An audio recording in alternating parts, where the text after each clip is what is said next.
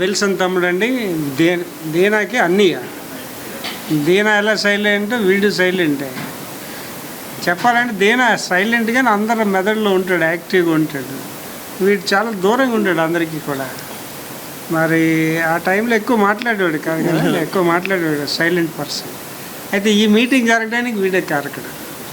నన్ను అని మనం పెడదామని అన్నప్పుడు మరి నేను అన్నా, అదే తమ్ముడు నువ్వు అందరికీ కాంటాక్ట్ చేయలేనాడు. మరి వాస్తవానికి చాలామంది రావాలి, రాకపోవడం కూడా మంచిదే, ఎందుకంటే టైం చాలు కాబట్టి ఇంకొకసారి మళ్ళీ కూర్చొని మాట్లాడుకోవచ్చు. కానీ మంచి విషయాలు చెప్పారండి. అంటే నా వరకు అయితే ఇప్పుడు జీవా చెప్పినవి ఒక హిస్టరీ అంతా చెప్పుకొచ్చాడు జీవా. మన ఒక 5 నిమిషాలు ఎక్కువైనా పర్లేదు కానీ తెలుసుకోవడం అవసరం కదా, మళ్ళీ కళ్ళు జరగదు మనకి. కనుక విల్సన్ని దేవుడు దీవించాడు. విల్సన్ వెనకాతలు ఏంటంటే there is a women behind every successful person అంటారు కదా. నా తమ్ముడు వెనకాతల సక్సెస్ఫుల్ పర్సన్ మా మరదలు. అసలు ఆవిడ వచ్చి ఉంటే బాగుండండి, కానీ రాలేదు. కుమార్తెలు ఇద్దరిని దేవుడు దీవించాడు. చిన్నపాప బ్యాంక్ మేనేజర్, మా తమ్ముడు దేవానంద్ కూడా బ్యాంక్ సీనియర్ మేనేజర్. పెద్ద పాప కూడా మంచి ఉద్యోగం చేస్తుంది. తమ్ముడు సాక్ష్యం విన్నారు. పరమానంద ప్రియులారా, పర్సనల్ డెవలప్మెంట్ మినిస్ట్రీ సహవాసంలో ఉన్నప్పుడు చేసిన పనులు సహోదరులు అందరూ చెప్పారు. మరలా చెప్పి మిమ్మల్ని అది విసిగించను.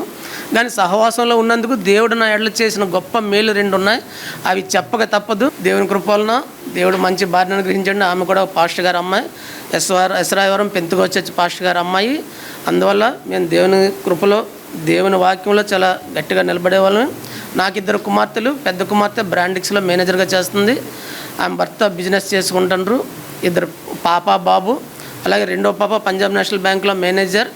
వాళ్ళ హస్బెండ్ కూడా బిజినెస్ చేస్తుండ్రు. వాళ్ళకి ఒక పాప బాబు. దేవుడి విధంగా మమ్మల్ని మా కుటుంబాలను ఆశీర్వదించండి. ఇంకో విధంగా చెప్పాలంటే దేవుడు నా ఎడల 2 చాలా గొప్ప కార్యాలు చేశాడండి.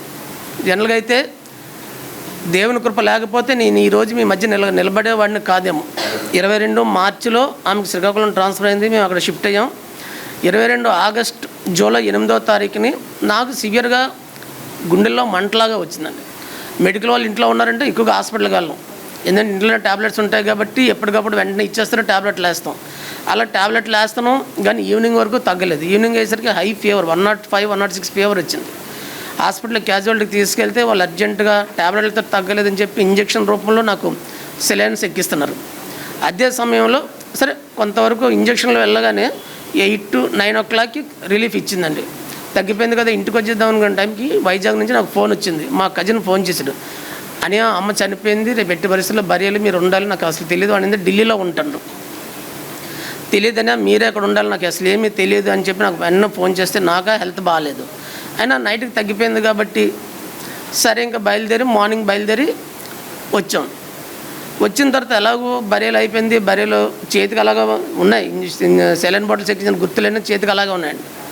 బర్రెలు అయిపోయిన తర్వాత ఇంటికి వెళ్ళిపోయిన తర్వాత మా మిసెస్ అన్నారు, నేను అంతా కడుపులో మా గుండెల్లో మంటని చేశారు కదా, ఒకసారి హాస్పిటల్కి వెళ్ళి చూపించుకోదని చెప్పి ప్రైవేట్ డాక్టర్ దగ్గరికి వెళ్తే ఆయన అబ్డామిన్ స్కానింగ్ రాశారండి. చూసిన వెంటనే స్కానింగ్ కూడా నెగ్లిజెన్స్ చేసాం. ఆ రోజు ఈవినింగ్ రాస్తే మరుసటి రోజు మార్నింగ్ స్కానింగ్ చేయించుకెళ్తే స్కానింగ్ చూసిన వెంటనే ఆ డాక్టర్ ఒకటే మాట అన్నారు, మీరు ఇమ్మీడియట్లీ ఏ డాక్టర్ అంతా కన్సల్ట్ చేస్తారో హాస్పిటల్కి వెళ్ళి పేషెంట్ అడ్మిట్ చేయండి అన్నారు.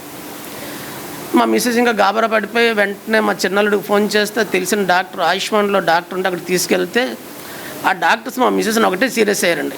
మెడికల్ డిపార్ట్మెంట్లో ఉండి మీరు కేసుని ఇంత సీరియస్గా ఎందుకు చేసుకున్నారండి అన్నారు. ఏమంటే కారణం ఏంటంటే లోపల పెద్ద ప్రేగ్ అనేది చిన్న హోల్ పడి ఆ డస్ట్ అంతా కలిపి అంతా పాయిజన్ అయిపోయింది. అంతా ప్రిపరేషన్ అయిపోయింది. వెంటనే సర్జరీ చేయాలి. పేషెంట్ విషయంలో మాకు ఇదిగా ఉంది, ఎందుకంటే పేపర్స్ మీద సంతకాలు చేయండి అని చెప్పి మా మిస్సెస్ చేత మా చిన్నల చేత పేపర్స్ మీద సంతకాలు చేసి 4 hours సర్జరీ చేశారండి. 4 hours సర్జరీ చేసిన తర్వాత దేవుని దయ వల్ల సర్జరీ సక్సెస్ అయింది, బయటకు వచ్చాము. కానీ డాక్టర్స్కి ఎందుకు ఆ పార్ట్ మీద ఇంకా డౌట్ వచ్చి ఆ పార్ట్ని బెంగళూరు టెస్ట్కి పంపించారు, ఏమైనా క్యాన్సర్ అలాంటి ఎఫెక్ట్ ఏమైనా అవుతుందేమో అని చెప్పి. కానీ దేవుని కృపలన అలాంటిది ఏం లేకుండా రిజల్ట్ అంతా కూడా నెగిటివ్గా వచ్చింది. దేవుని కృపలన అదొకటి నన్ను సేవ్ చేశారండి. రెండవది, గత సంవత్సరం జంగారెడ్డిగూడ వెళ్ళాం మాకు మ్యారేజ్కి. కారులో వచ్చాం. నైట్ పడుకున్నాం, భోంచేసి పడుకున్నాం. మార్నింగ్ మా మిస్సెస్ని కాంప్లెక్స్ దిగబట్టాలి డ్యూటీకి వెళ్ళడానికి. లేచేటప్పటికి లెఫ్ట్ హ్యాండ్ పనిచేయట్లేదండి, అంతా తిమిరి పట్టేసినట్టు ఉంది. మా మిస్సెస్ చెప్తే నైట్ తల కింద చేయి పట్టుకుని పడుకున్నట్టుండో తిమ్మిరి పెట్టి ఉంటుంది, ఏం కదలే తగ్గిపోతుంది ఆమె డ్యూటీకి వెళ్ళిపోయారు. శ్రీకాకుళం మా అల్లుడి దగ్గర పెడితే ఆమె వెళ్ళిపోయింది.